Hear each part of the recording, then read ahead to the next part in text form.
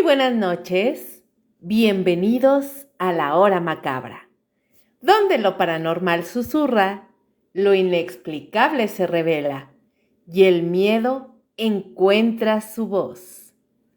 Hoy, en la hora macabra, muñecos malditos. Comenzamos. Esta noche, el miedo tiene ojos de botón, sonrisa cosida y una presencia que no debería moverse por sí sola. En el umbral del misterio, cuando las luces se apagan y el silencio se vuelve demasiado denso, hay objetos que no deberían inquietarnos, pero lo hacen. Objetos que no deberían mirarnos, pero lo sienten todo. Muñecos, inocentes, tiernos, frágiles. O eso nos han hecho creer. Porque a veces lo más espeluznante no se esconde en la oscuridad, sino en el rincón de una habitación infantil, sentado en una repisa esperando. Muñecos antiguos que respiran leyendas, reliquias de trapo que llevan algo dentro. No un relleno, no algodón, sino otra cosa. Algo que no se ve, pero se manifiesta. ¿Y si aquello que parece un simple juguete fuera en realidad un recipiente? ¿Y si cada hilo, cada costura, estuviera atrapando algo que alguna vez fue humano o algo mucho peor? Esta noche vamos a abrir los ojos y quizá a no volver a cerrarlos igual. Prepárense para adentrarse en un recorrido por los casos más inquietantes, reales y documentados de muñecos malditos. Robert, Annabelle, Leta, el pulgarcito de Durango, el muñeco de Elmo que no dejaba de hablar. Historias que desafían la lógica, energías que se aferran, voces que no deberían escucharse. ¿Están solos en casa? ¿Hay muñecos cerca? No importa si es de tu infancia o si lo tienes guardado en una caja olvidada. Algunos objetos no olvidan. Acomódense si pueden, porque lo que van a escuchar esta noche podría acompañarlos durante mucho, mucho tiempo. Esto es La Hora Macabra. Y acaban de abrir la puerta equivocada. Desde los albores de la civilización, los humanos han creado figuras humanas en miniatura, no como juegos, sino como símbolos. En las antiguas tumbas egipcias, en rituales chamánicos de América del Sur, en los altares de África, Asia y Europa, los muñecos han servido como representantes del cuerpo, el alma y muchas veces del sacrificio. Antes de que fueran juguetes, fueron herramientas, no de entretenimiento, sino de conexión, con lo invisible, con lo incontrolable, con lo que habita más allá de los límites de la comprensión. Un muñeco podía ser un canal para hablar con los dioses, un receptáculo para una maldición o una manifestación de un deseo profundo. En varias culturas se les otorgaban funciones tan precisas como perturbadoras. Por ejemplo, servir como vínculo entre un brujo y su víctima, entre un médium y un espíritu, entre un doliente y un difunto. Con la llegada del cristianismo y la paulatina occidentalización de estas prácticas, la figura del muñeco fue despojada de su poder ritual y demonizada o convertida en un simple juguete. Pero su esencia simbólica nunca desapareció del todo. Persistió, latente en los rincones menos visibles de las creencias populares. Y es ahí donde las cosas comienzan a oscurecerse.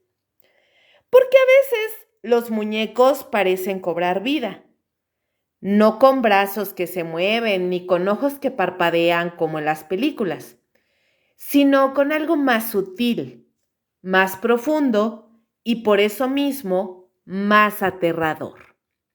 Una presencia. Casos documentados hablan de muñecos que cambian de posición, que mueven los ojos, que emiten sonidos sin mecanismos visibles, que generan malestar, enfermedades o incluso la muerte en quienes los poseen. No hablamos de ficciones cinematográficas, sino de objetos reales, conservados en museos, vitrinas selladas o templos antiguos protegidos por oraciones y advertencias. Y no son pocos. A lo largo de todo el planeta hay registros, algunos antiguos, otros recientes, de muñecos envueltos en fenómenos sin explicación lógica. Algunos fueron fabricados con propósitos oscuros desde su origen. Otros parecieron cargarse con energía negativa tras sucesos traumáticos, muertes violentas, sufrimiento prolongado, rituales fallidos, incluso tragedias infantiles. El muñeco deja de ser entonces un objeto pasivo. Se convierte en un ente con historia, con poder, un testigo inmóvil de lo impensable y a veces en su catalizador. En Japón, por ejemplo, se cree que algunos muñecos, si se les trata con suficiente afecto y durante el tiempo suficiente, pueden adquirir alma. No metafóricamente, sino literalmente.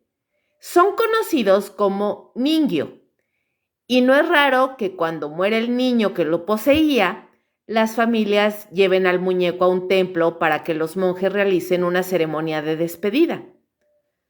Hay casos donde el muñeco comienza a crecerle el cabello, casos verificados, muy documentados. En Haití, el muñeco vudú no es como lo han pintado en Hollywood. El muñeco vudú es un instrumento ritual que puede canalizar energía hacia alguien, para sanar o para dañar. Todo depende de la intención del ritualista. En Europa, especialmente en épocas medievales y renacentistas, eran comunes los puppets, figuras de tela o cera utilizadas en brujería, muchas veces clavadas con agujas, enterradas bajo tierra o arrojadas al fuego como forma de castigo simbólico y espiritual hacia otra persona.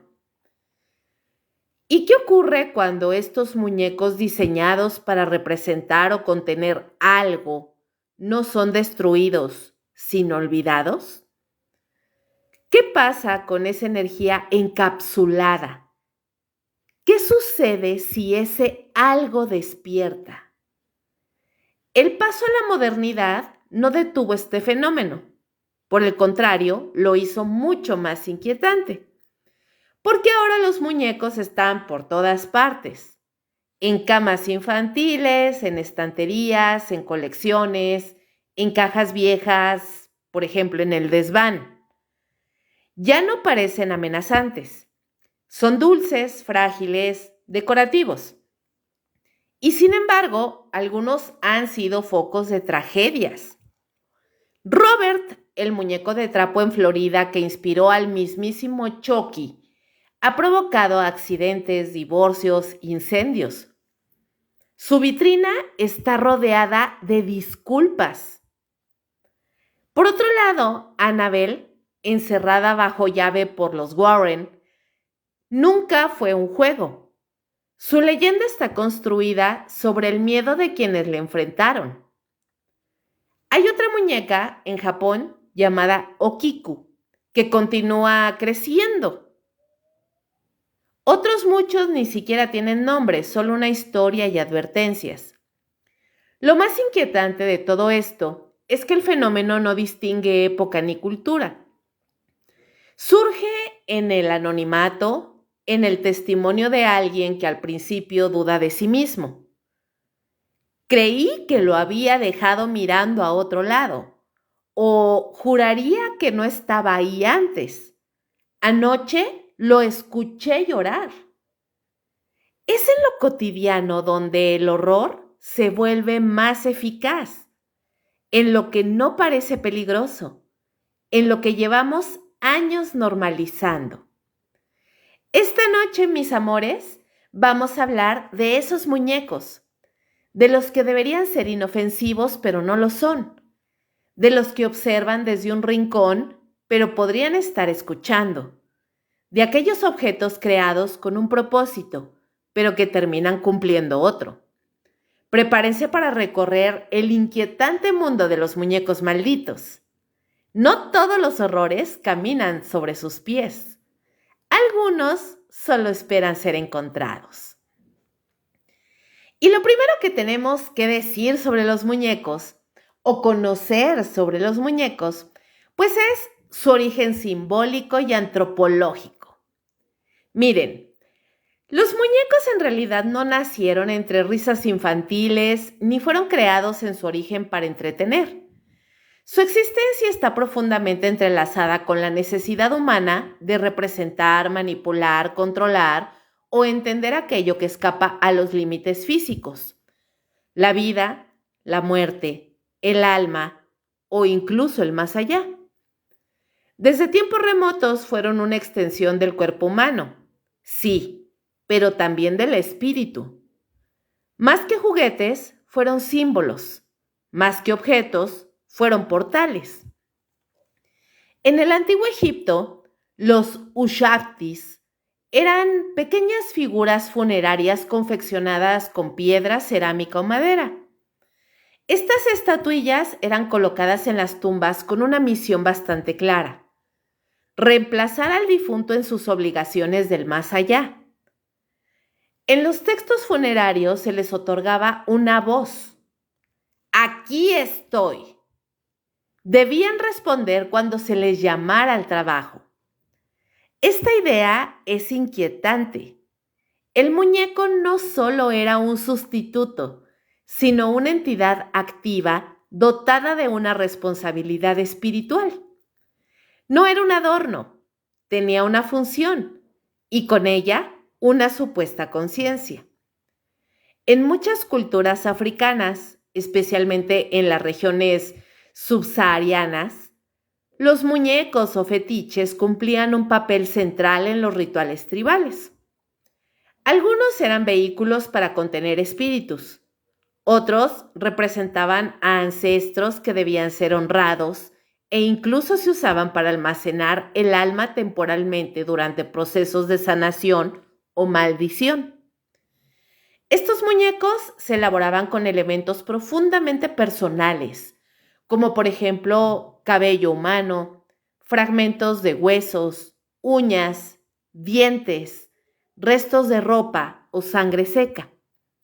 Se les alimentaba simbólicamente, se les hablaba, se les temía. No eran inertes, se les respetaba como si tuvieran voluntad.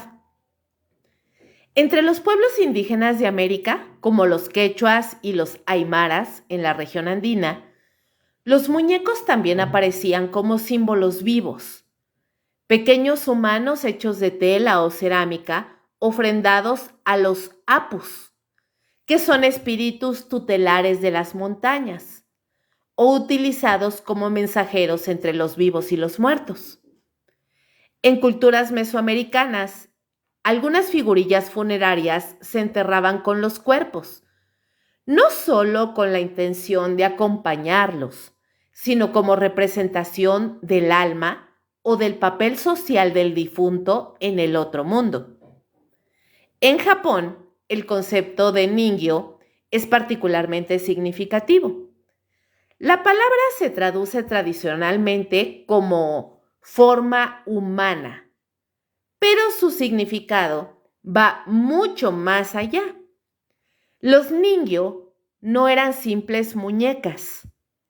En distintas épocas fueron utilizadas como amuletos, protectores, símbolos rituales o recipientes para desviar el infortunio.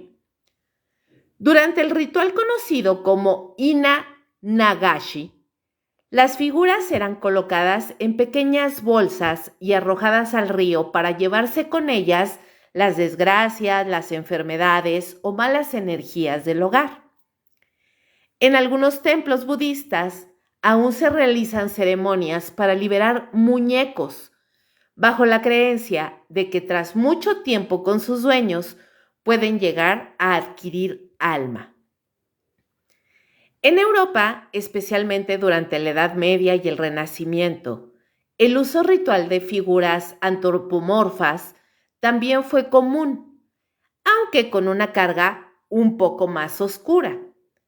Los llamados puppets eran muñecos usados en hechicería, especialmente en prácticas de magia simpática. Esto es, la creencia de que una acción realizada sobre el muñeco afectaría directamente a la persona representada por él. Clavar agujas, atarlo con cuerdas, enterrarlo boca abajo. Vaya, cada uno de estos actos tenía un propósito preciso.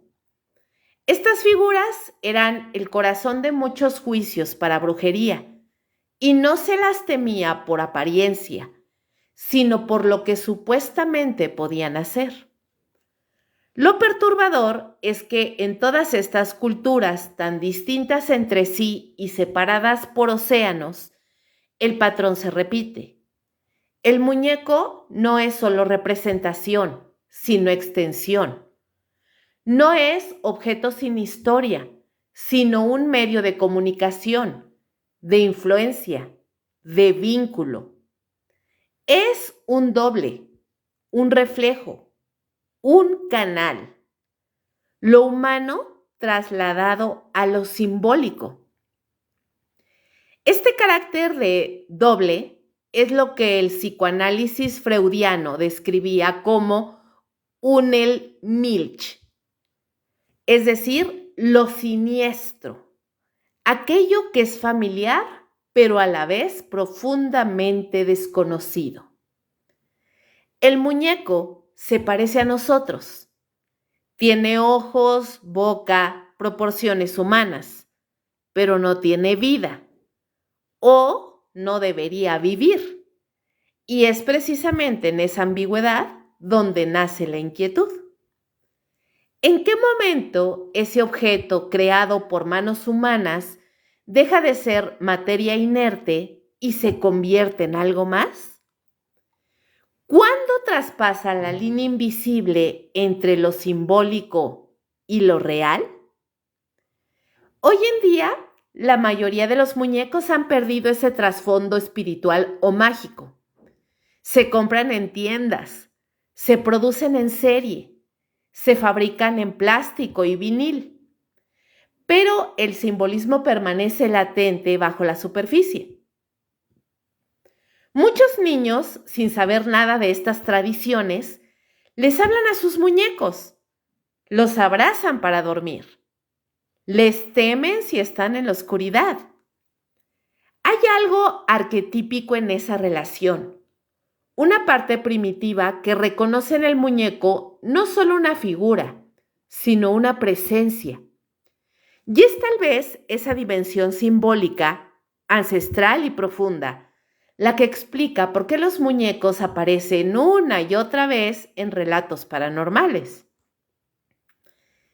Porque han sido desde siempre portadores de sentido, representaciones del alma, contenedores de energía, canales entre mundos. Y porque cuando una figura humana en miniatura parece estar viva, el miedo que sentimos pues no es infundado. Es una resonancia ancestral, un eco de lo que en alguna época remota sabíamos con certeza. O sea, que algunos muñecos no están vacíos. Y hay muchísimas historias, chicos, acerca de muñecos malditos. Obviamente todas estas se las voy a contar a lo largo del programa. Espero que este tema sea de su interés porque los muñecos siempre han despertado cierta inquietud y curiosidad en las personas. Cuéntenme en los comentarios si ustedes han tenido alguna vez alguna situación fuera de la lógica que haya tenido que ver con algún muñeco, o si conocen alguna historia referente a muñecos que se mueven o que tienen actitudes raras o que miran extraño. No sé, a mí me encantaría mucho poder leer sus comentarios. Ali, muy buenas noches, bienvenido. Gaspar, muy buenas noches. Y muy buenas noches a todos los que se van conectando. Les agradezco mucho que estén el día de hoy, más bien esta noche, acompañándome en esta travesía por los casos reales de muñecos malditos. Les recuerdo que tengo o que tienen disponibles en el en vivo un apartado donde dice regalar estrellitas o algo así. Esto es para que me apoyen en este proyecto y pueda seguirles trayendo más y más investigaciones y poder hacer de estos podcasts algo mucho, mucho más grande. Y bueno, chicos, vamos a continuar con los casos reales de los muñecos malditos. Y el primero del que voy a hablar es uno muy famoso, que es Robert. Y les voy a contar la historia. Cierren los ojos, apaguen las luces o pónganse auriculares para que disfruten aún más la experiencia. En una vitrina sellada del Fort East Martello Museum en Key West, Florida, se encuentra uno de los objetos más temidos del mundo paranormal. Es un muñeco de tamaño infantil, vestido con un traje náutico blanco y con una expresión que parece inmutable, hasta que se le mira demasiado tiempo. Se llama Robert, y su historia no solo inspiró al personaje de ficción Chucky, sino que ha infundido miedo genuino a quienes lo han visto, fotografiado sin permiso, o simplemente han osado burlarse de él. La historia de Robert se remonta al año 1906, cuando fue entregado al niño Robert Eugene Otto, conocido como Gene, hijo de una familia adinerada residente en una imponente casa victoriana de Key West. El muñeco fue, según una versión extendida, un regalo de una sirvienta bameña, despedida poco tiempo antes, acusada de practicar magia negra y vudú. Según otra versión, fue comprado en Alemania en una fábrica de juguetes de la empresa Steiff, la misma que fabricaba osos de peluche. Cualquiera que sea la verdad, lo cierto es que algo se activó desde el momento en que el muñeco entró en la casa. Desde muy pequeño, Jim creó un vínculo intenso con el muñeco. No se separaba de él, le hablaba constantemente, lo vestía, lo sentaba a la mesa, dormía con él. Pero pronto, los padres comenzaron a oír algo más inquietante. Otra voz que respondía, una voz profunda, que no podía pertenecer a un niño. Cuando estaban en la habitación, Robert estaba siempre sentado, inmóvil, pero la sensación en el ambiente era distinta, como si algo más los estuviera mirando desde esos ojos de botón negro.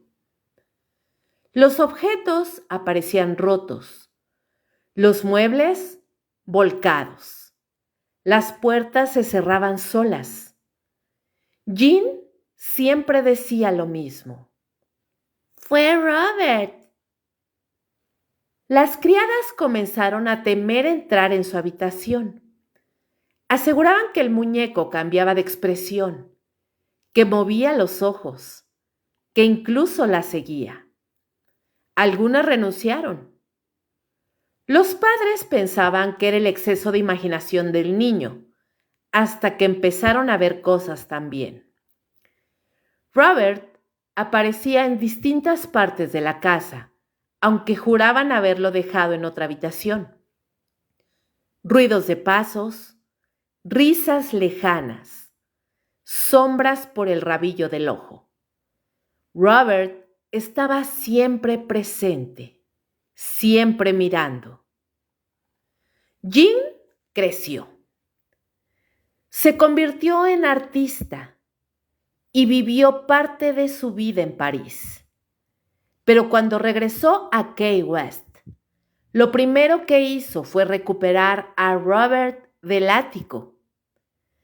Le construyó una habitación propia. Le hablaba como si fuera una persona. A veces lo llevaba consigo a la planta baja y lo sentaba en la sala mientras pintaba. Su esposa estaba profundamente perturbada por la obsesión de Jean y más aún por lo que empezaba a pasar de nuevo. Movimientos inexplicables, puertas que se abrían solas, objetos que se caían.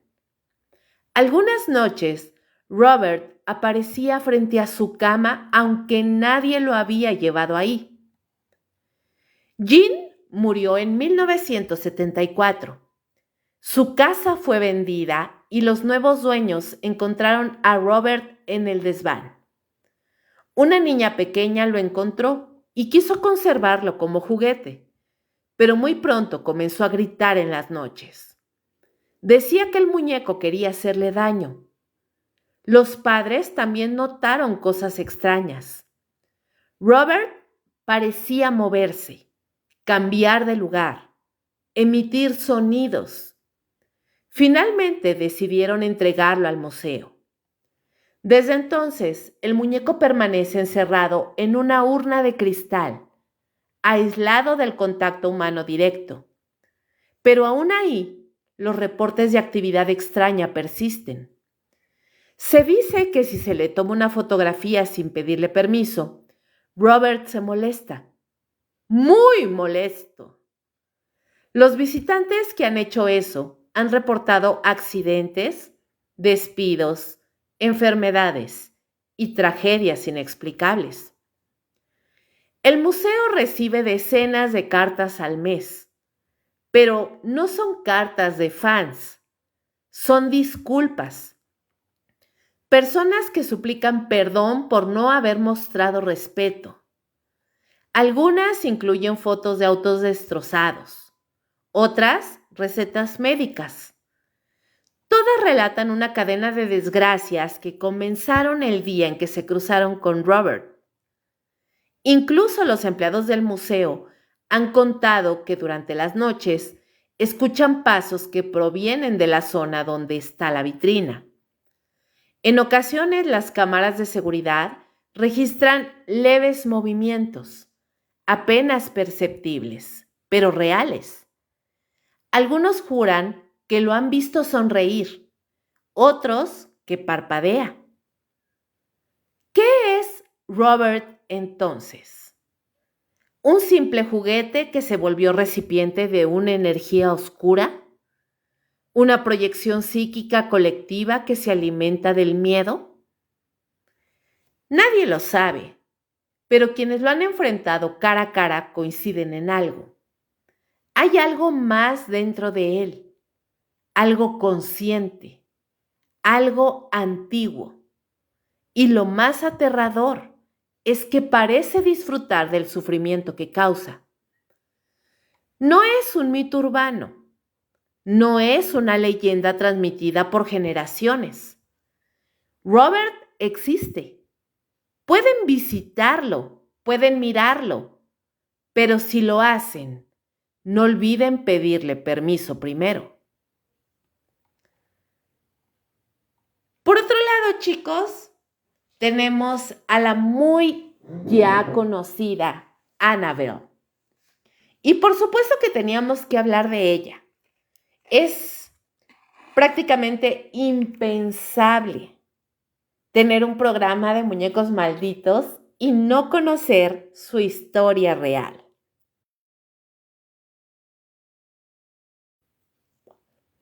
Hay algo profundamente inquietante en la quietud de una muñeca. Su rostro inexpresivo, sus ojos de vidrio o botones, su cuerpo inerte. Todo sugiere inocencia. Pero cuando ese objeto se convierte en un canal para lo inexplicable, para lo maligno, la línea entre juguete y maldición se rompe. Y quizás ningún caso ha reflejado esta dualidad con tanto impacto como el de Annabelle, la muñeca de trapo que descansa bajo llave en el Museo del Ocultismo de los Warren. Contrario a lo que muestran las películas, Annabelle no es una figura de porcelana de aspecto gótico. Es una muñeca Raggedy Ann. Es una muñeca blanda, con ojos grandes, redondos y pelo de estambre rojo. Inofensivo a simple vista. Pero su historia real ha provocado un terror más profundo que cualquier ficción. Todo comenzó a principios de los años 70 en Connecticut, donde Donna, una joven estudiante de enfermería, recibió la muñeca como regalo de cumpleaños de su madre. Era una muñeca usada adquirida en una tienda de segunda mano. En su pequeño departamento que compartía con su compañera Angie, Annabelle ocupó un lugar sin importancia. Ya estaba sobre la cama o como decoración. Pero no pasaron muchos días antes de que lo inofensivo comenzara a mutar. Primero fueron los movimientos sutiles. Donna salía de casa y al regresar encontraba a Annabelle en una posición distinta.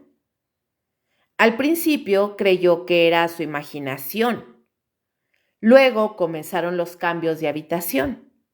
La muñeca aparecía en el sofá, en la cocina o de pie contra la pared. Ambas jóvenes aseguraban no haberla tocado, pero lo que vino después borró cualquier rastro de escepticismo.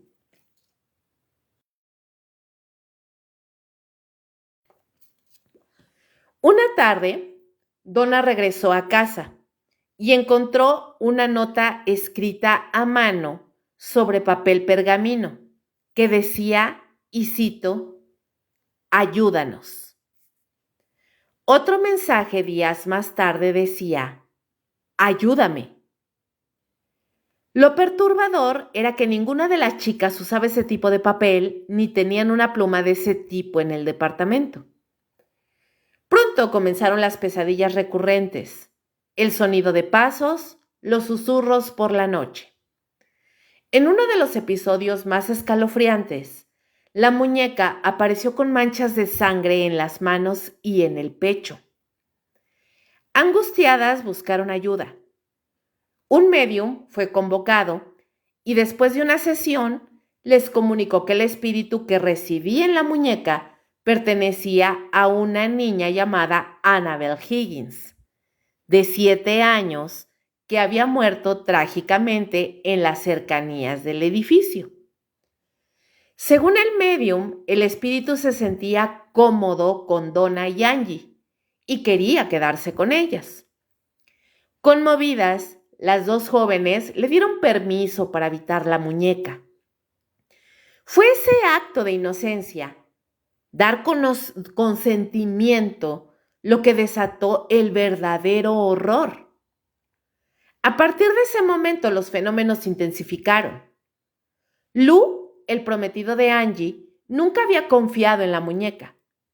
Una noche despertó paralizado en su cama con la sensación de que algo lo observaba.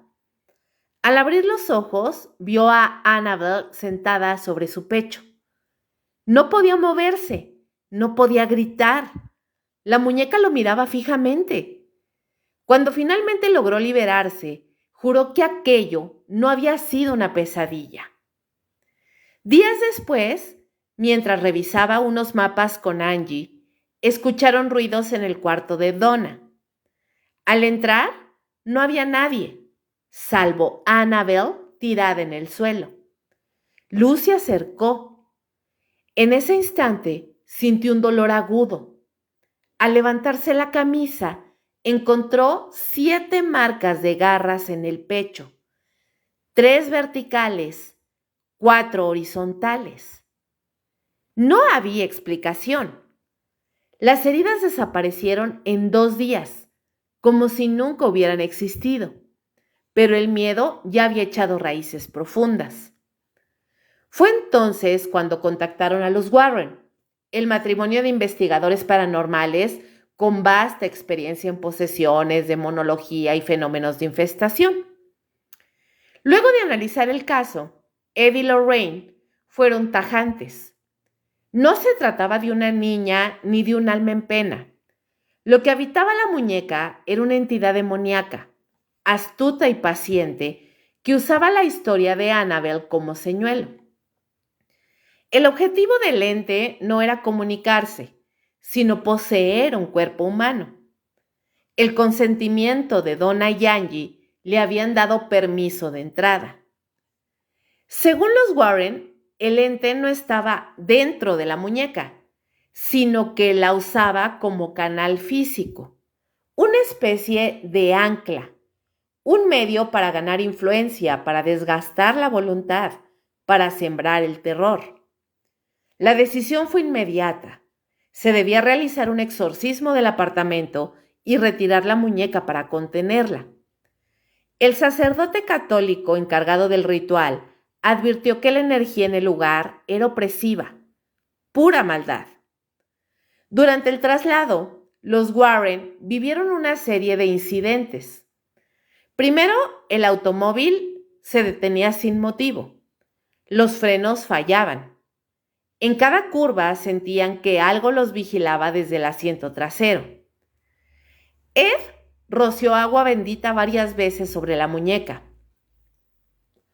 Finalmente lograron llevarla al Museo del Ocultismo, donde permanece hasta el día de hoy, encerrada en una urna de cristal con una cruz sobre ella y un letrero que advierte, y cito, advertencia, no abrir bajo ninguna circunstancia.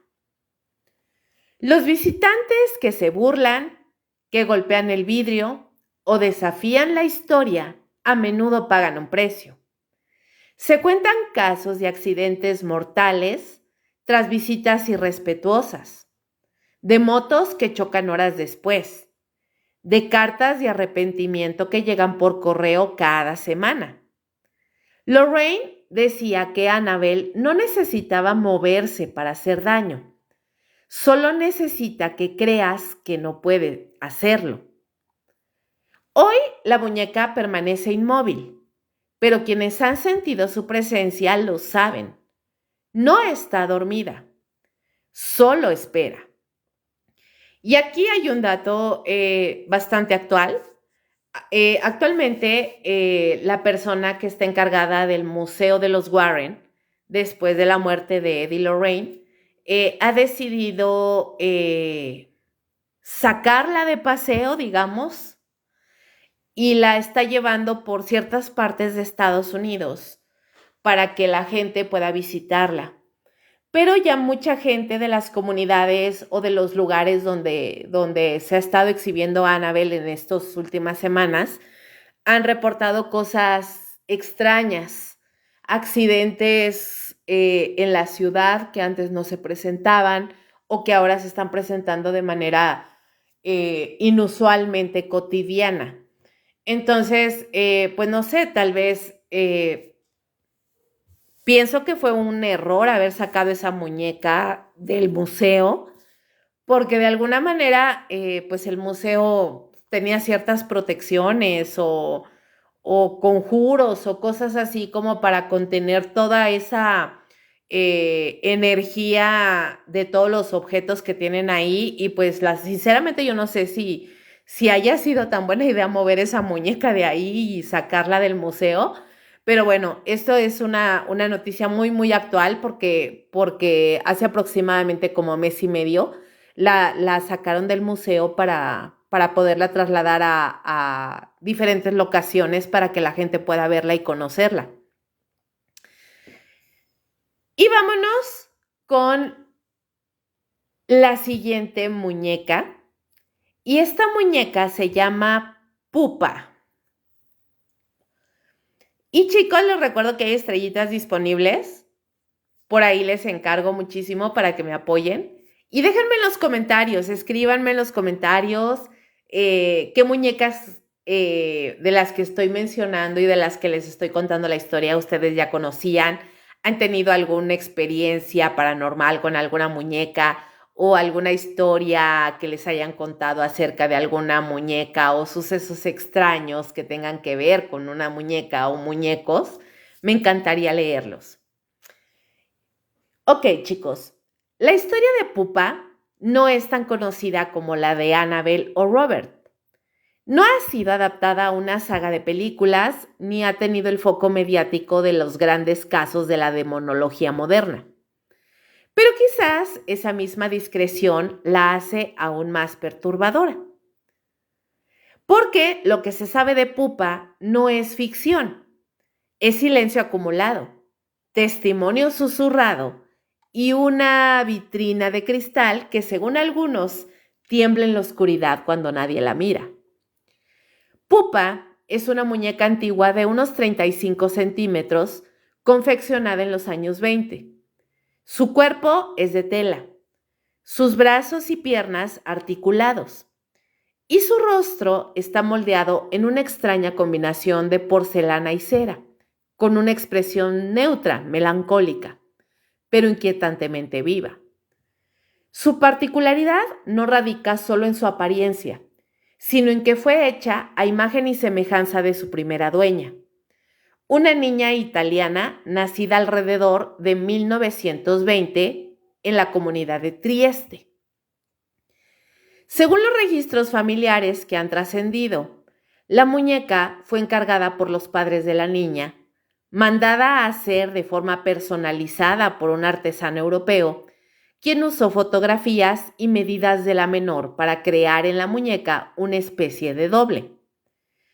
El resultado fue una figura que compartía no solo la ropa, el peinado y el rostro de la niña, sino también algo menos tangible, una presencia.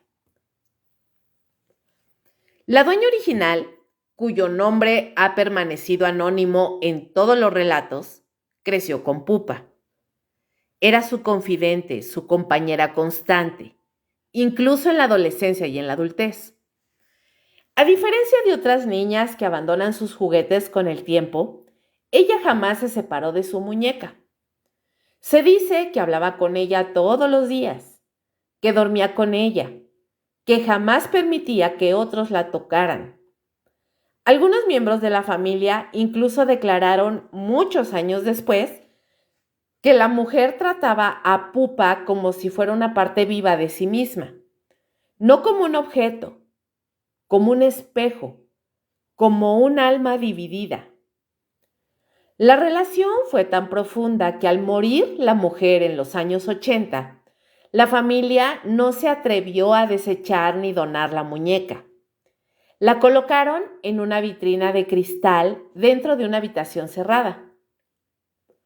Lo que pasó después cambió por completo su percepción de aquel recuerdo familiar.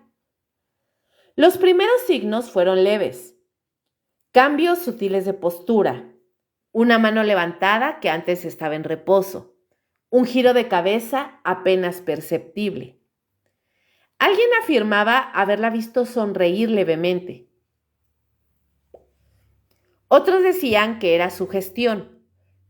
Pero cuando uno de los hijos de la mujer fallecida intentó abrir la vitrina para cambiarla de lugar, el vidrio estalló sin razón aparente.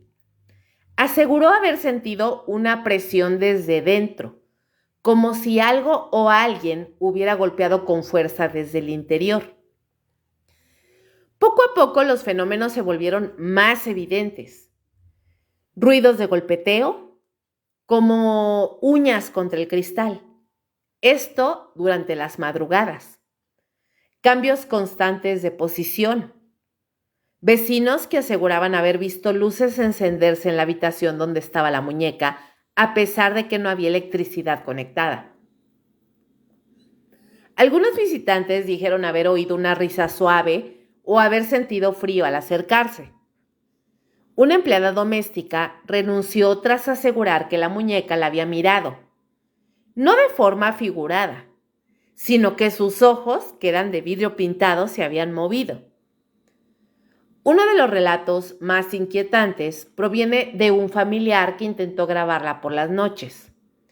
Resulta que esta persona dejó una cámara apuntando directamente a la vitrina durante un montón de horas. Cuando revisó la grabación, encontró interferencias inexplicables, zonas completamente negras, sonidos captados en el audio como murmullos o pasos. Y al final del video, durante un segundo apenas visible, la muñeca parecía tener una expresión distinta, una ligera sonrisa torcida, como si supiera que estaba siendo observada. La familia decidió entonces no volver a molestarla. Sellaron la habitación. Hoy Pupa permanece dentro de esa vitrina encerrada en una propiedad privada en Italia. No se exhibe al público. No hay visitas guiadas ni testimonios en video. Solo fotografías escasas y relatos orales que con los años han ido construyendo su leyenda. Lo que diferencia a Pupa de otros casos es su conexión simbólica con su dueña.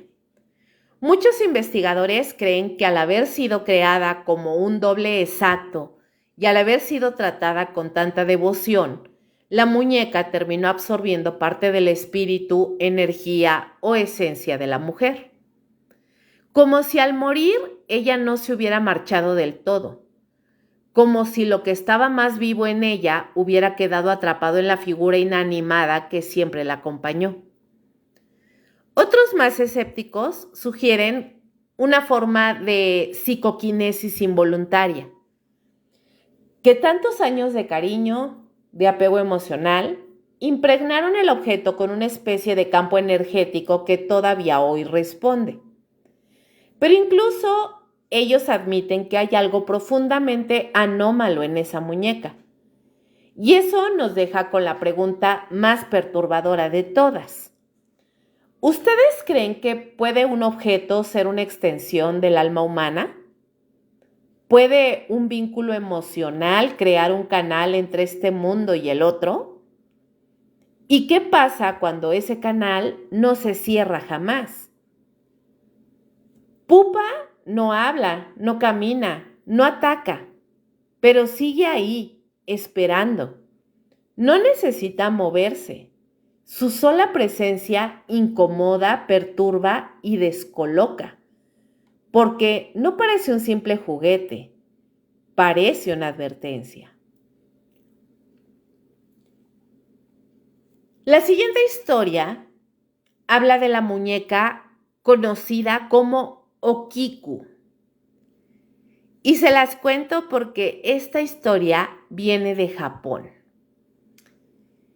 En la gélida y brumosa isla de Hokkaido, en Japón, donde los inviernos parecen eternos y las leyendas sobreviven al paso del tiempo, se levanta el templo Manenji. Es un sitio discreto pero impregnado de un profundo misticismo. Allí, entre incienso y murmullo de rezos, descansa dentro de una vitrina de cristal una muñeca antigua vestida con un kimono rojo bordado con flores. Su nombre es Okiku. Pero quienes la han visto de cerca juran que ese nombre no es solo un apodo, sino una identidad, porque la muñeca está viva. La historia de Okiku se remonta a 1918, en una época en la que la tradición japonesa aún dictaba los rituales familiares, los lazos con los espíritus ancestrales y el respeto por los objetos que por alguna razón inexplicable parecían contener más de lo que mostraban. Un joven llamado Eikichi Suzuki, de 17 años, visitó la ciudad de Sapporo con la intención de comprar un recuerdo para su hermanita pequeña. Una niña dulce de apenas 3 años llamada precisamente Okiku. En una tienda de artesanías encontró una muñeca tradicional japonesa. Mide como unos 30 centímetros de alto. Tiene ojos de vidrio oscuro, labios pálidos y cabello negro lacio, cuidadosamente cortado al estilo okapa, es decir, con flequillo y a la altura de la mandíbula. Vestía un hermoso kimono rojo con detalles dorados. Eikichi la compró sin dudar, encantado con la idea de alegrar a su hermana. Y así fue. La pequeña Okiku quedó prendada de la muñeca. La llevaba a todos lados, dormía con ella, comía con ella, le hablaba, la peinaba. No pasaba un solo día sin su muñeca entre brazos. Para todos era tierno, inofensivo, hasta que no lo fue. Una fiebre extraña cayó sobre la niña meses después. Pese a los cuidados y rituales tradicionales, Okiku murió en cuestión de días. La familia quedó devastada, pero fue entonces que algo comenzó a cambiar. Su madre en su luto colocó la muñeca en un pequeño altar doméstico donde se rendía tributo a los difuntos. Era una forma de mantener cerca a la niña, pero la cercanía que buscaban se volvió demasiado real. A las pocas semanas, cosas inexplicables comenzaron a suceder. Las puertas corredizas de papel se abrían sin que nadie las tocara. Las velas se apagaban solas. Las lámparas de aceite parpadeaban sin viento. Y los susurros. Pequeñas risas ahogadas se oían en los rincones como si la casa respirara. Pero nada de eso inquietó tanto a los padres como el cabello de la muñeca, que cada semana parecía ser más largo. Al principio pensaron que era una ilusión, pero lo midieron. Era real. El cabello, que originalmente estaba perfectamente cortado a la altura del mentón, ahora caía por los hombros de la muñeca y más tarde por la espalda. Al tocarlo era suave, espeso, casi humano. Y eso era lo más perturbador. Llevada por la angustia, la madre cortó el cabello en varias ocasiones, solo para descubrir que días después volvía a crecer.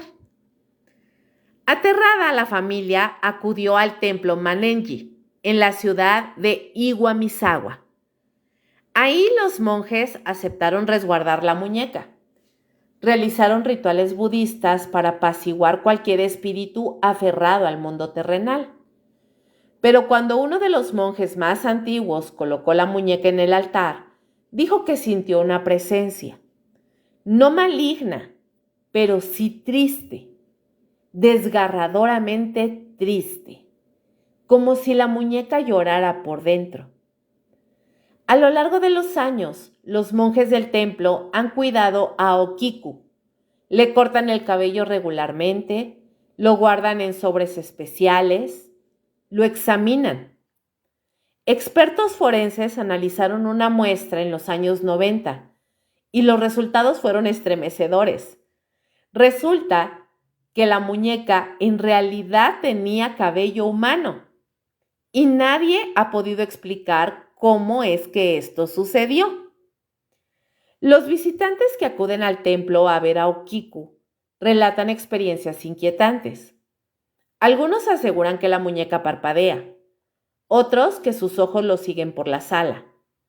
Hay quienes afirman que sus labios se han separado levemente desde que la colocaron en la vitrina, que incluso la forma de su rostro ha cambiado con los años, casi como si estuviera envejeciendo o evolucionando. Pero lo más perturbador no es eso, es que la muñeca parece esperar algo. Nunca se ha movido delante de nadie, pero algunos aseguran que cuando regresaron al templo una segunda vez, su postura había cambiado sutilmente. Una ligera inclinación de la cabeza, una curvatura diferente en los dedos de las manos, un gesto en los ojos que antes no estaba. Los monjes del Manenji creen que el espíritu de la pequeña Okiku se refugió dentro de la muñeca para no perder el contacto con su familia, que su apego fue tan fuerte, tan puro, que se negó a abandonar este mundo. Pero como todo lo que permanece demasiado tiempo, su energía ha comenzado a transformarse.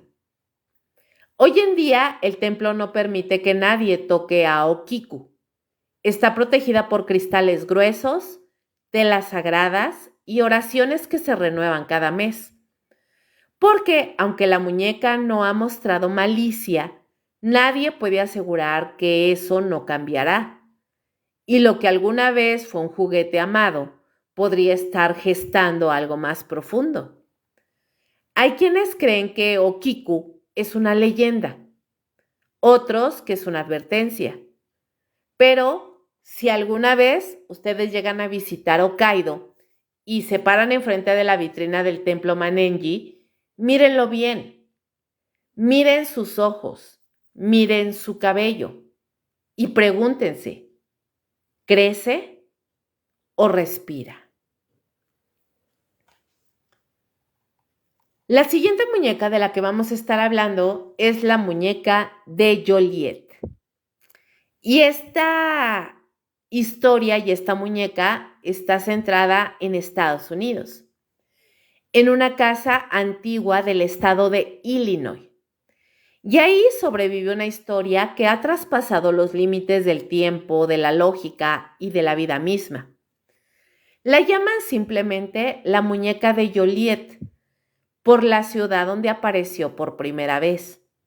Y aunque a simple vista parece un simple objeto decorativo, una muñeca de porcelana con vestido blanco, mejillas rosadas y mirada opaca, quienes han vivido con ella aseguran que es mucho más que un juguete. Es un símbolo, una advertencia, una maldición que no ha dejado de cumplirse durante más de 100 años. La historia comienza a inicios del siglo XX, cuando una mujer joven de nombre Ana recibió como regalo una muñeca poco antes de dar a luz a su primer hijo. Nadie sabe quién se la regaló con certeza. Algunos dicen que fue una amiga cercana, otros que fue una anciana desconocida que pasó por su casa sin previo aviso. Sea cual sea el origen, lo cierto es que la muñeca llegó días antes del parto. Y aunque parecía inofensiva, tenía algo inquietante en su expresión. Una sonrisa apenas insinuada, unos ojos demasiado grandes y una extraña sensación de estar siendo observada. Ana por fin dio a luz a un varón sano, pero 3 días después, sin ninguna causa médica, el bebé murió en su cuna. No lloró, no sufrió, simplemente dejó de respirar.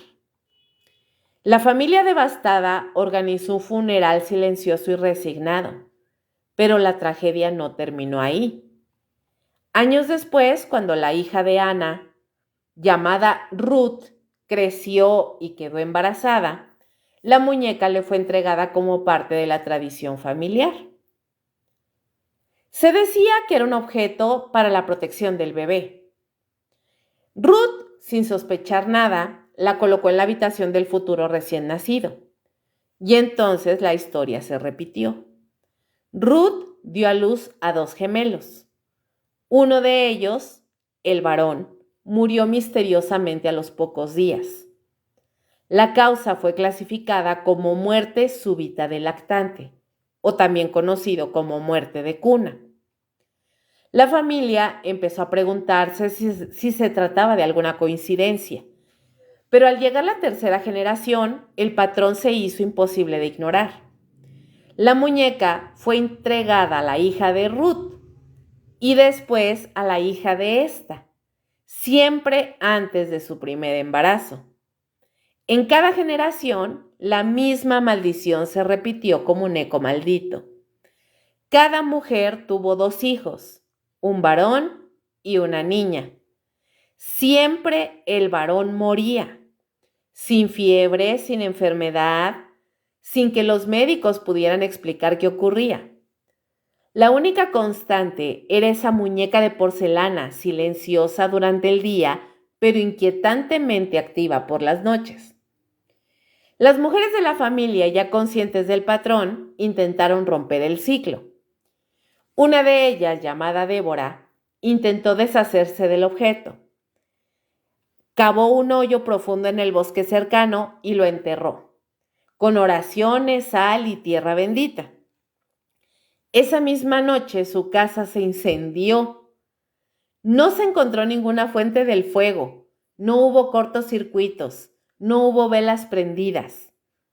La muñeca fue encontrada intacta entre los restos calcinados a metros de donde la había enterrado. Otra mujer intentó donarla a un museo del oculto. La muñeca fue aceptada, pero a las 72 horas, una de las curadoras enfermó gravemente de un cuadro inexplicable de neumonía. Se retiró la muñeca del lugar y la salud volvió de forma instantánea.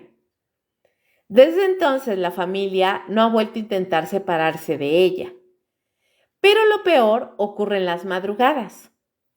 Aunque está encerrada en una vitrina especial de cristal reforzado, con cerradura y una cruz colgada en la parte superior, la muñeca emite sonidos, llantos ahogados como de un bebé, gritos suaves, golpeteos que vienen de adentro y lo más perturbador, voces infantiles que pronuncian nombres de bebés que murieron hace décadas.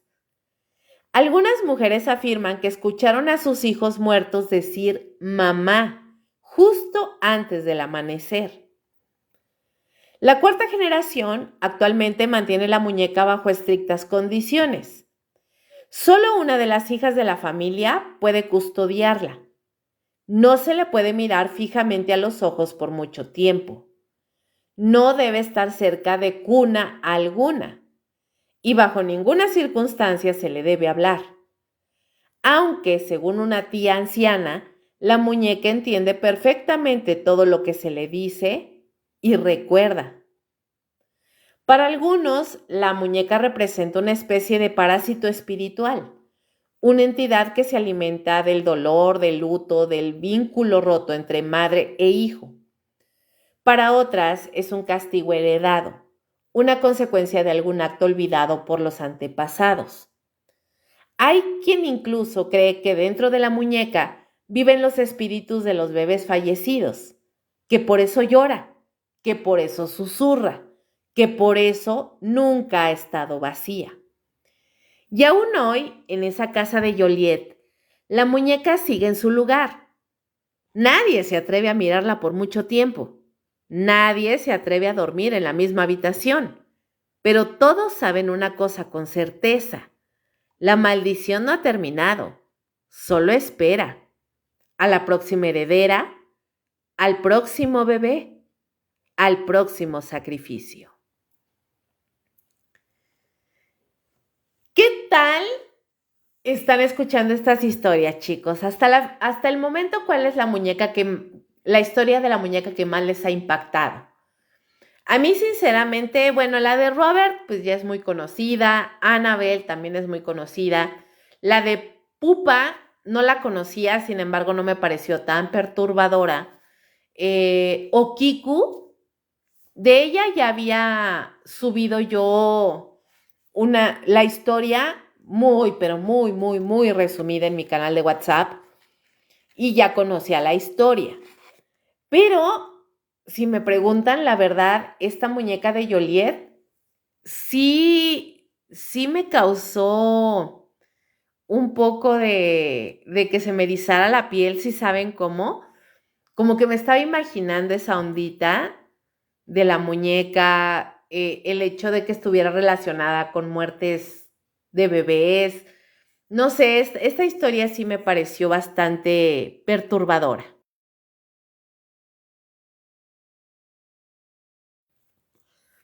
Hola Guillermo, bienvenido, muy buenas noches. Juan Carlos, muy buenas noches. Spawn, muy buenas noches, bienvenido. Chicos, ¿ustedes han tenido alguna vez algún muñeco o lo tienen todavía de cuando eran niños? No necesariamente tienen que pasar cosas paranormales. Yo, cuando era niña, tenía... Siempre he estado muy ligada a los perritos. O sea, los perros toda la vida me han fascinado. Y yo tenía, bueno, en otra casa, cuando vivía con mis padres, una vecina una vez sacó un montón de muñecas que ella tenía, pero un montón, tenía muchísimas. Y me las regaló. Eran un montón, no sé si eran 10 o 15 muñecas.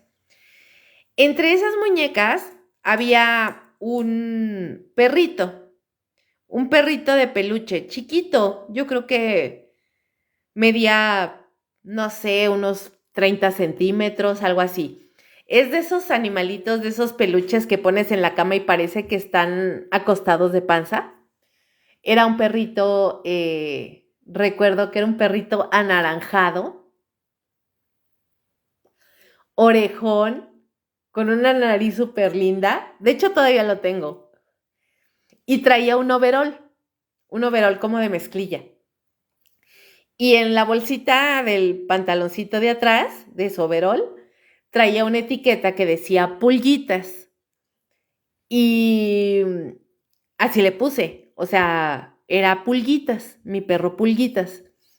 Y y ese perro o ese muñequito no saben cómo lo amaba. De hecho, lo amo todavía, aunque pues está pues ahí en el closet olvidado, pero en mi infancia de verdad que yo lo amaba con locura. Era, era mi todo. Yo era era hija única, eh, niña, que no tenía con otra niña, otra hermanita con quien jugar. Entonces, el perrito era mi única compañía. En ese entonces mis papás no me dejaban tener mascotas. A mi mamá no le gustaban en ese entonces los animales y pues no me dejó. Nunca, de niña nunca tuve perro ni nada de eso. Entonces para mí pues Pulguitas era como mi compañía. Me dormía con él, salía con él. Bueno, andaba con el muñeco para todas partes, con el perrito. O sea, me iba de vacaciones y me tenía que llevar a Pulguitas. Y un día visité la casa de mi abuela paterna, y ahí estaba una prima. Tengo una prima más o menos de mi edad. Y pues ya llegamos a la casa de mi abuelita y yo llevaba a mi perrito, y a la hora de dormir, esta cabrona de mi prima me escondió a Pulgas. No, hombre, no, chicos, mi mamá me cuenta, yo recuerdo así como muy, muy vagamente ese episodio, pero dice mi mamá que yo estaba llore y llore y llore y llore y Pulguitas, ¿dónde está? ¿Y dónde está Pulguitas? Y mamá, yo quiero a Pulgas, y no me dormía. O sea, no dormí toda la noche porque Pulgas no estaba conmigo. Y mis papás, como locos, buscando al peluche, buscando por todas partes, hasta que ya hubo un momento en el que pues yo creo que mi prima se sintió mal, sintió feo, o pues ya la pinche presión de que yo estaba como una loca poseída, que estaba llore y llore y no paraba de llorar y no quise comer y no quería nada, que esta cabrona agarró y lo sacó del closet. Ya ven que en los closets hay closets que está la parte donde cuelga ropa y otra parte ya queda al techo donde generalmente la gente guarda pues la ropa de cama más grande, como los edredones y las sábanas, las almohadas, todo eso. Pues esta cabrona, obviamente pues era una niña también, igual que yo. El closet, esa puerta de arriba estaba abierta y la cabrona agarró a mi perro y lo aventó hacia allá arriba y se quedó allá, en la parte, pues nunca lo íbamos a encontrar. No, hombre, le pusieron una pinche regañiza a aquella mujer. Y pues hasta que lo encontré al dichoso Pulguitas, pude dormir. Y créanmelo, todavía tengo al perrito. Todavía tengo a mi Pulguitas en la casa de mis papás, donde era mi recámara. Ahí lo tengo en una canasta con unos gatos de peluche que me regaló mi papá también cuando estaba chamaquita. Y un patito, y tengo ahí varios, muñequillos. Y ahí tengo a mi Pulguitas todavía. Ahí está en mi recámara. Pero sí, o sea, yo tengo esa historia con el Pulgas, una cosa increíble. Pero muy chistoso, o sea, pues, yo pues, realmente pues le di mucho amor y hablaba con él, o sea, pues básicamente era como, o sea, como el sustituto de hermana o de compañero de juegos que tenía. Y pues no, que yo sepa, pues nunca hizo algo raro Pulguitas. Espero que nunca lo haya hecho ni lo haga. Pero pues esa es la historia de mi muñeco, de mi muñeco de compañía, de cuando era pequeña. Ustedes cuéntenme en los comentarios si ustedes tuvieron o tienen todavía algún muñeco de cuando eran niños y si tienen alguna historia graciosilla de mucho apego a un muñeco así como la mía. Y vámonos con la siguiente historia y con la siguiente muñeca. Esta muñeca o es el muñeco de Leta, el muñeco de Leta Meowth. Y esta historia está centrada geográficamente en Australia, un país con vastas llanuras, pueblos fantasma, leyendas que se escapan entre el polvo del tiempo. Pero pocas historias han alcanzado el nivel de inquietud que provoca el caso de Leta, el muñeco maldito descubierto por Kerry Walton. Lo apodan Leta Meowth por una razón que hiela la sangre. Aquellos que lo han escuchado afirman que en momentos de silencio absoluto se oye un murmullo ronco y lastimero, casi como un sollozo contenido diciendo, "Let me out", déjame salir. Obviamente ya con la, digamos, con la, ¿cómo se le llama? La deformación del lenguaje como tal, en vez de decir let me out, le empezaron a llamar Leta. Bueno, esta historia comenzó en la década de 1970, cuando Kerry Walton, un hombre de mediana edad, decidió aventurarse con su hermano a explorar una vieja propiedad abandonada en la ciudad de Wagga Wagga, esto en Nueva Gales del Sur. La casa, que llevaba años deshabitada, era una reliquia de arquitectura victoriana decadente, con pisos crujientes, cristales rotos y muros devorados por la humedad. Pero lo que hallaron bajo una de las tablas del suelo cambiaría sus vidas para siempre. Escondido en la oscuridad, como si alguien lo hubiese ocultado a propósito, estaba el muñeco. Un cuerpo tallado en madera oscura, con proporciones grotescas y cabello humano cosido al cuero cabelludo. Su rostro no era infantil ni dulce, sino más bien cruel, envejecido, con una mueca ambigua entre la tristeza y el desprecio. Sus ojos, tallados con meticulosidad, parecían seguir los movimientos de quien se le acercara.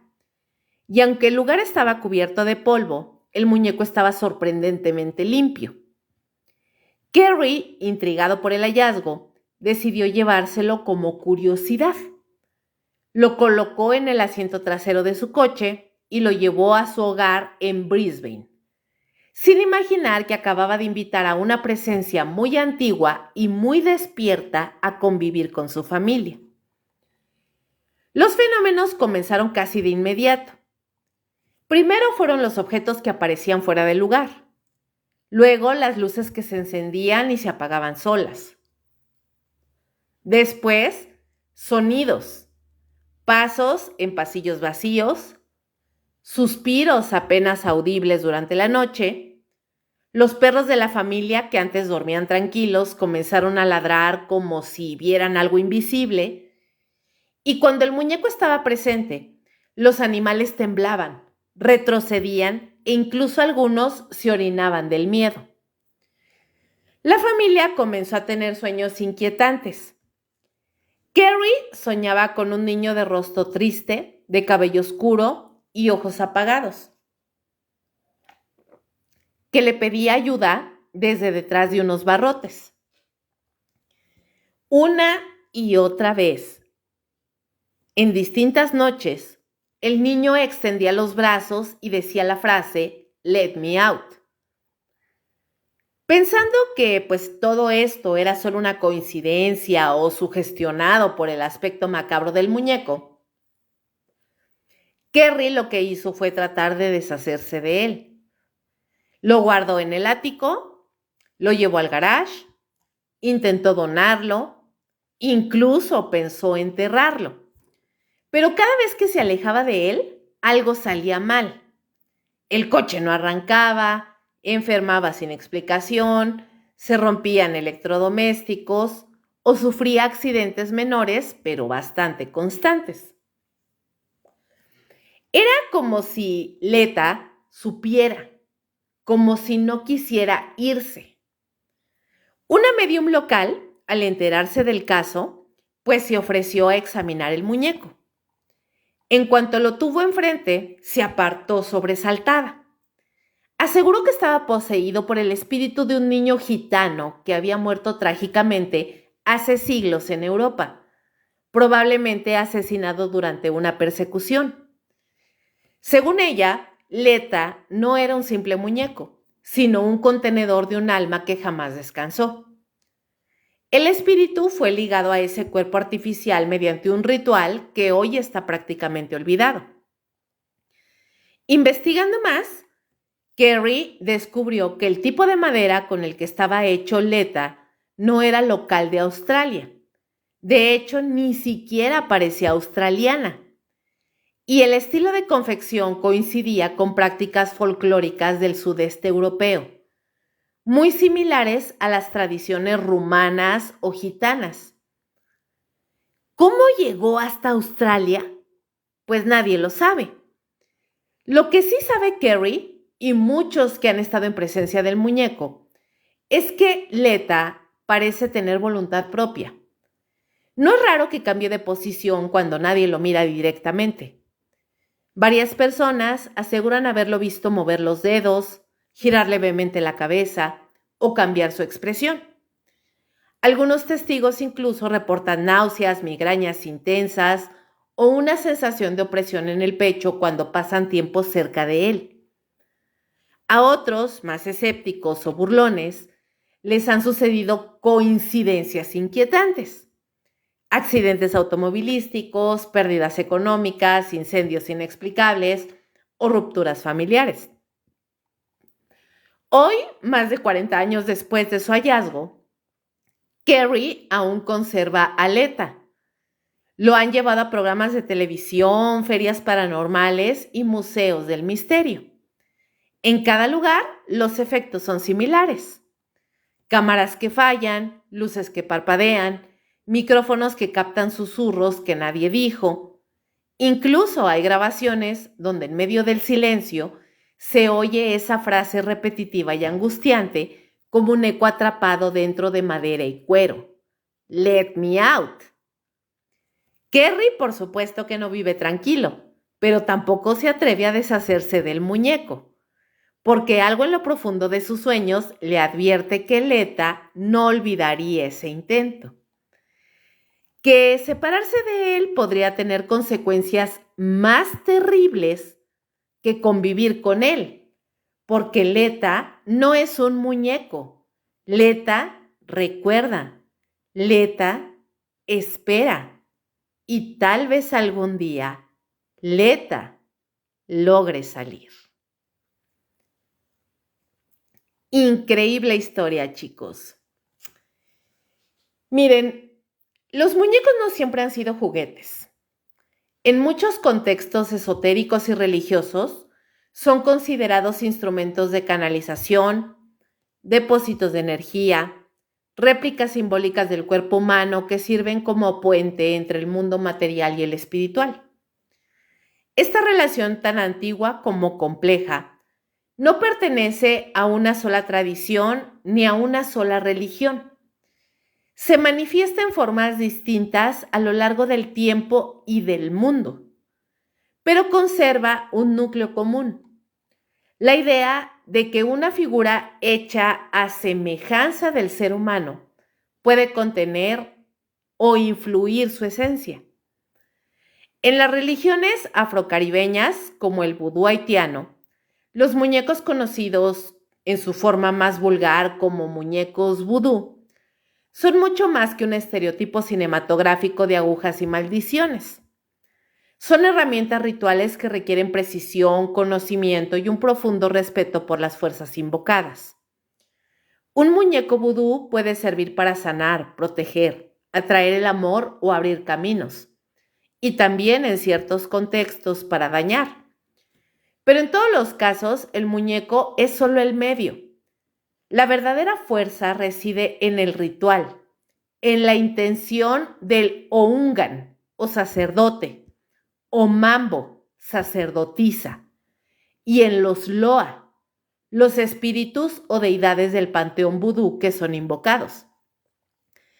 La confección de estos muñecos implica materiales simbólicamente significativos: telas específicas, tierra de cementerio, cera, aceites sagrados y, sobre todo, elementos personales de la persona a la que se representa: cabello, uñas, restos de ropa, saliva o incluso sangre. Estos fragmentos físicos son considerados vehículos del alma, trozos vibratorios de la esencia del individuo que, al ser insertados en el muñeco, le otorgan una conexión directa con su original. El muñeco se convierte entonces en un doble energético. Cualquier cosa que se le haga repercutirá, según esta creencia, sobre la persona a la que representa. Pero no se trata de simple simpatía mágica. El proceso incluye rezos, mantras, dibujos simbólicos, también conocidos como bebés, y a menudo el uso de lenguas rituales. Nada se deja al azar. En el vudú, la magia es ciencia sagrada y el muñeco es solo el cuerpo del conjuro. En Europa, durante la Edad Media y el Renacimiento, surgió una corriente similar conocida como magia simpática. En tratados de ocultismo y grimorios como el Picatrix o el Clavícula de Salomón, se describe la creación de figuras antropomorfas hechas de cera, madera, arcilla o trapo, utilizadas para manipular el cuerpo o la mente de otro ser humano. En este tipo de magia, la figura creada, el muñeco, se convierte en un sustituto simbólico, un receptáculo de transferencia energética. Al igual que en el vudú, era imprescindible activar el muñeco mediante la inclusión de objetos personales del objetivo: sangre, sudor, cabellos o incluso lágrimas. En otros casos se utilizaban nombres escritos con tinte especial grabados en su interior. La figura era luego ritualizada, ungida con aceites, expuesta a conjuros y sellada con símbolos astrológicos o talismanes. La eficacia de estas prácticas dependía, según los antiguos magos, de la correspondencia exacta entre la figura y la persona, así como del momento astral en el que se realizaba el rito. Pero las prácticas esotéricas no se limitaron al daño. Muchas culturas crearon muñecos para proteger, canalizar espíritus benignos o servir como guardianes. En la tradición japonesa, por ejemplo, existen muñecos como los Ofuda Ningyo, que se colocaban en la entrada de las casas para alejar a los malos espíritus. Otros, como los Itogata, que son hechos de papel, eran usados para absorber la mala suerte de una persona y luego se arrojaban al río en rituales de purificación. En el ocultismo moderno, especialmente en corrientes como el espiritismo, la magia del caos o el satanismo teísta, algunos practicantes afirman que un muñeco, si se cumple cierta estructura ritual, puede albergar una entidad espiritual. No se trataría aquí de representar a una persona, sino de crear un contenedor, una especie de vasija mágica, lista para recibir una fuerza externa. Algunos ocultistas aseguran que bajo condiciones específicas, como un trauma psíquico fuerte, una muerte violenta o la intención deliberada de dejar algo atrás, un espíritu puede anclarse a un objeto antropomorfo, especialmente si éste ha sido ritualizado. Existen incluso teorías dentro de la demonología experimental que plantean, por ejemplo, que ciertas entidades de bajo astral sin cuerpo físico buscan objetos con forma humana para anidar, debido a que les resulta más fácil mimetizarse o interactuar a través de ellos. Un muñeco olvidado, abandonado en una casa cargada emocionalmente, podría, según esta visión, convertirse en una especie de imán para presencias erráticas o incluso hostiles.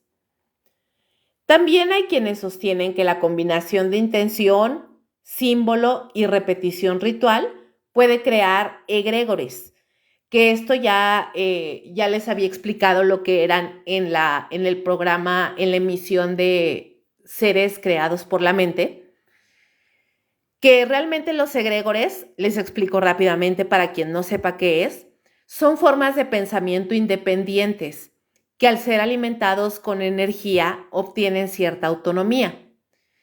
En estos casos, el muñeco no sería poseído por un espíritu externo, sino que cobraría una vida psíquica, propia, generada por la voluntad del grupo o individuo que lo creó. Lo inquietante es que estas prácticas no pertenecen únicamente al pasado. En foros esotéricos contemporáneos, en redes ocultistas y grupos de magia ceremonial, se comparten aún hoy rituales detallados para vincular muñecos a energías, deseos, espíritus o maldiciones. Los materiales cambian, los lenguajes varían, pero la intención persiste: crear un cuerpo simbólico, darle un alma y luego usarlo como un canal. Así, en el mundo del esoterismo, los muñecos no son juguetes, son herramientas, son símbolos vivos, son puertas. Y toda puerta, cuando se abre, permite que algo ocurra. Desde tiempos remotos, chicos, el ser humano pues ha sentido una extraña fascinación y al mismo tiempo un temor profundo hacia los objetos con forma humana. Los muñecos, en su aparente inocencia, se sitúan justo en esa delgada línea entre lo familiar y lo siniestro. Algunos los ven como juguetes, otros como portales. A lo largo de la historia se han elaborado múltiples teorías, tanto paranormales como psicológicas, que intentan explicar por qué ciertos muñecos parecen adquirir vida propia, generar malestar o incluso convertirse en catalizadores del terror. La teoría más extendida en el ámbito esotérico afirma que los muñecos pueden actuar como recipientes energéticos capaces de albergar entidades espirituales de diversas naturalezas. Esta idea sostiene que los objetos, al estar presentes durante eventos de gran carga emocional, como una muerte violenta, un ritual fallido o un trauma intenso, pueden impregnarse de la energía residual generada en ese momento. Esa energía, que no siempre se disipa, queda atrapada en los materiales, como si el objeto absorbiera las emociones que lo rodearon. En contextos más extremos, se cree que los muñecos pueden ser poseídos por espíritus errantes, almas que no encontraron descanso, entidades demoníacas que buscan un ancla física o incluso fragmentos de alma humana que por alguna razón desconocida no se reintegraron al todo tras la muerte. Esta fragmentación espiritual es común en tradiciones chamánicas, donde se cree que el alma puede dividirse en partes por medio de traumas o brujería. Un muñeco ritualizado o expuesto a eventos extremos podría, según esta teoría, convertirse en la casa de una de estas partes perdidas. Exorcistas como el padre Gabriel Amorth, que ya también tengo un programa de eso, de hecho está ya en el canal de YouTube, está en el capítulo de posesiones demoníacas y exorcismos. El padre Amorth habló en más de una ocasión sobre objetos malditos.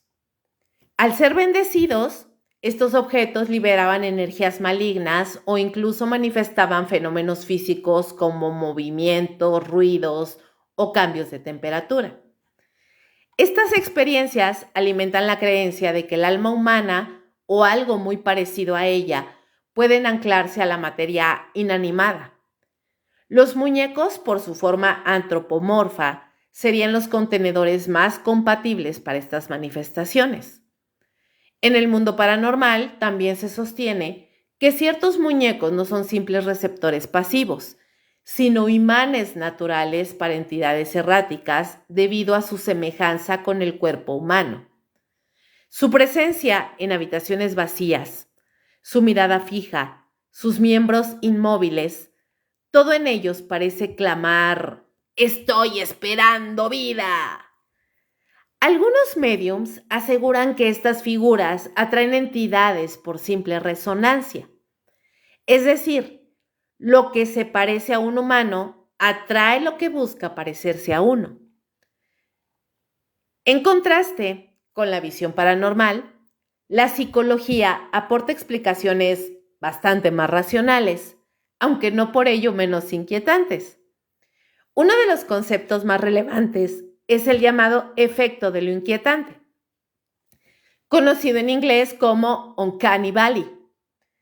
Esta teoría, formulada por el ingeniero japonés Masahiro Mori en los años 70, sostiene que cuando algo, como un robot o un muñeco, se parece demasiado a un ser humano, pero sin llegar a serlo del todo, genera una reacción emocional de rechazo o incomodidad extrema. Los muñecos, especialmente los realistas, están en ese punto exacto. No son humanos, pero casi. Y ese casi es lo que nos perturba. Nuestros cerebros identifican detalles humanos, ojos, boca, proporciones, pero también detectan la ausencia de señales vitales. No respiran, no parpadean, no se mueven como deberían. Esta disonancia genera una respuesta emocional negativa. Es como si nuestro instinto nos advirtiera que estamos ante una imitación fallida de la vida. Algo que aparenta ser humano pero no lo es, o que finge no serlo. Además, desde la psicología proyectiva, se plantea que los humanos tendemos a atribuir intención y conciencia a lo que no lo tiene. Este fenómeno, conocido como pareidolia psicológica, se potencia cuando estamos en estados emocionales alterados como el miedo, la ansiedad o el insomnio. En esos casos, un simple muñeco puede parecer que nos observa, que se ha movido, que respira. No lo hace, por supuesto, pero nuestros sentidos quieren creer que sí, y esa creencia basta para disipar el pánico. Pero, a ver, ¿y si ambas teorías, tanto la psicológica como la parapsicológica o paranormal, fueran compatibles? Y aquí es donde surge la posibilidad más perturbadora. Y si ambas visiones no se contradicen, sino que se complementan mutuamente, ¿qué ocurre si lo que llamamos energía espiritual no es otra cosa que una forma de conciencia que aún no comprendemos? Y lo que la psicología detecta como respuesta emocional es simplemente una alarma evolutiva ante una presencia real, pero invisible. Quizá el miedo a los muñecos no sea irracional. Tal vez provenga de memorias ancestrales, impresas en lo más profundo de nuestro inconsciente, donde se almacenan miles de años de experiencias no verbalizadas. Tal vez los primeros humanos aprendieron a temer figuras antropomorfas porque alguna vez algo habitó en ellas. Y ese miedo ha perdurado, no se ha ido. Tal vez solo ha cambiado de forma. Ahora lo vemos en muñecos, en estatuas, en rostros inmóviles, en lo que parece vida, pero no lo es. Pero, ¿y si ese eco que sentimos no es del pasado, sino del presente? ¿Y si no es paranoia, sino advertencia? Los muñecos siempre han estado ahí, en nuestros cuartos infantiles, en los escaparates, en las tiendas antiguas, en los museos y en los altares de diversas culturas. Hemos crecido rodeados de ellos, a veces con cariño, otras con desconfianza difícil de explicar. Y quizás sea precisamente ahí, en esa grieta entre lo inocente y lo siniestro, donde reside su verdadero poder. Cuando hablamos de muñecos malditos, poseídos o vinculados a lo paranormal, solemos preguntarnos si realmente pueden cobrar vida, si de verdad se mueven, si es posible que algo los habite. Pero tal vez estamos haciendo las preguntas equivocadas. Tal vez el misterio no está solo en lo que ellos son, sino en lo que nos obligan a ver de nosotros mismos. ¿Qué hay más perturbador que la posibilidad de que un objeto inerte, creado para representar una figura humana, empiece a comportarse como si realmente tuviera alma? Lo inquietante no es simplemente un muñeco que cambie de lugar o que se le escuche reír por las noches, sino que esos actos desafían la lógica más básica, que lo inanimado permanezca inanimado. Y cuando esa regla se rompe, todo lo demás se vuelve posible. Ese es el núcleo del miedo, muchachos. No el movimiento del muñeco, sino la certeza de que algo está mal en el mundo, de que hay leyes invisibles, espirituales, energéticas, emocionales, que pueden alterarse y que esa alteración deja una cicatriz, una risa donde no debería haber sonido, una mirada donde no debería haber conciencia. A lo largo de este recorrido, hemos conocido casos de muñecos supuestamente malditos, asociados con tragedias, accidentes y energías inexplicables. Robert, Annabelle, Pupa o Kiku, todos comparten un rasgo en común. Han sido testigos de algo intenso, algo que los marcó. Y aquí surge una pregunta que resulta más profunda y perturbadora de lo que parece. ¿Puede un objeto absorber emociones humanas? Si un espacio puede cargarse de energía tras una tragedia, como muchos aseguran en casas embrujadas, ¿por qué no un muñeco que está diseñado para ser alguien?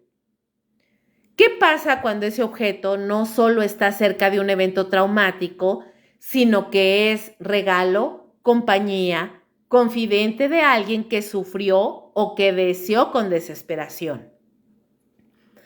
Hay quienes afirman que los muñecos pueden actuar como anclas, como contenedores, que el dolor, el odio, el miedo o incluso la devoción pueden impregnar su tela, su madera, su cerámica, que son más que juguetes, son relicarios de lo inexpresado, recipientes involuntarios de una energía que no encontró otra salida. Pero más allá del fenómeno paranormal está el fenómeno psicológico.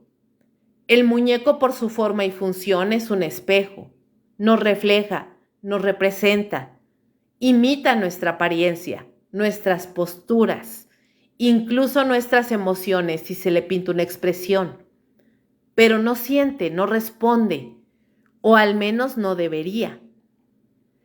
Ese parecido incompleto es lo que nos perturba, lo que los científicos llaman el Uncanny Valley, ese valle inquietante, donde algo se parece demasiado a un ser humano, pero no lo suficiente. Esa ambigüedad genera rechazo, ansiedad, temor.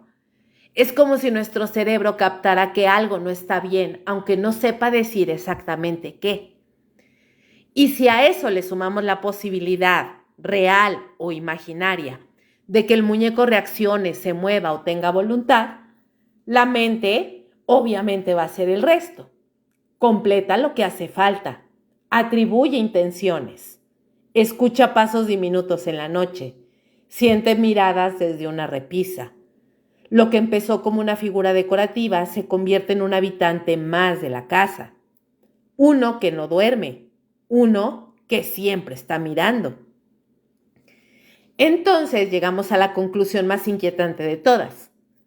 Tal vez el muñeco en sí no es lo más aterrador. Tal vez lo que realmente nos aterra es la idea de que algo tan parecido a nosotros pueda ser tan extraño, tan ajeno y a la vez tan familiar. Que un objeto que debería ser pasivo guarde secretos o refleje los nuestros. Porque, ¿y si ese miedo instintivo a los muñecos no es irracional? ¿Y si responde a una parte antigua, primitiva de nuestra memoria colectiva? Un eco de tiempos pasados donde se creía o se sabía que ciertos objetos podían retener el alma, canalizar la muerte o comunicarse con lo que ya no tiene cuerpo. Quizás algunos muñecos sí son solo tela, madera y pintura, pero hay otros que han estado en lugares cargados, que han sido el último testigo de un grito, que han dormido en los brazos de alguien que ya no está, que han sido parte de rituales incompletos, de promesas no cumplidas, de deseos tan intensos que dejaron una marca. Y cuando te despiertas una noche, sientes una presencia y al mirar descubres que el muñeco no está donde lo dejaste, pues no pienses que estés imaginando cosas. Tal vez simplemente el muñeco tampoco está durmiendo. A veces no es la muerte lo que más perturba, sino lo que queda después. El silencio cargado de expectativa. El lugar vacío que empieza a llenarse con algo que no invitaste. Algo que no puedes ver, pero que está ahí. Porque el asesino no siempre se va. A veces se queda. Se sienta en tu silla, respira tu aire, te observa desde dentro. Y otras veces el asesino no fue alguien, sino algo. Un objeto, un muñeco, una figura muda que siempre estuvo fuera de lugar. Te dijiste que era solo una sensación, que tú lo moviste, que el ruido vino de la calle, pero esa incomodidad no se fue. Y cada que regresaste, tu casa se sentía más habitada. ¿Qué pasa cuando el verdadero horror no está en el crimen, sino en lo que quedó? Un objeto testigo, un eco con forma, ojos vidriosos, sonrisa quieta, voluntad propia. Y aunque no se mueva, actúa. Aunque no respire, contamina. Tal vez ahora mismo vivas con algo así. Un objeto que parece inofensivo, pero espera. A veces todo lo que necesita es eso, un rincón, un descuido. y alguien que cierre los ojos creyéndose a salvo. Porque el verdadero terror no siempre se muestra. A veces solo espera. Y tal vez en este mismo momento ya te esté observando. Esto fue La Hora Macabra. Les agradezco por haberse quedado conmigo explorando el mundo silencioso y siniestro de aquellos que, aunque hechos de trapo, porcelana o madera, parecen tener alma. Muñecos que no solo han sido testigos, sino protagonistas del miedo. Objetos que, como vimos esta noche, no siempre están vacíos. Antes de dormir, miren con atención ese peluche olvidado en la esquina. Asegúrense de que sus muñecos siguen donde los dejaron. Y si creen que escucharon pasos pequeños durante la madrugada, tal vez, solo tal vez, no fue su imaginación. Porque hay cosas que se activan en la oscuridad y no siempre necesitan moverse para hacerles daño. A veces basta con que te miren. Cierra con llave, apaga las luces y si algún juguete te espera en la habitación, no le des la espalda. Los invito a seguirme en mi canal de YouTube, donde estarán disponibles todas estas emisiones de La Hora Macabra y Perturbador. Me encuentran como Kaboom con doble O podcast. Y también pueden disfrutar, pues obviamente, de mi contenido en mi canal de WhatsApp. Si quieren escuchar leyendas y cuentos cortos de terror, encuéntrenme como Kaboom. Hasta la próxima emisión de La Hora Macabra, donde cada noche las sombras tienen algo que contar y yo y ustedes estamos dispuestos para escucharlas. Los espero la próxima semana con más oscuridad, más misterios y más preguntas sin respuestas. Hasta entonces, buenas noches o lo que queda de ella. Feliz Día del Padre a todos los que son papás y a sus padres también. Y como siempre les deseo, dulces pesadillas.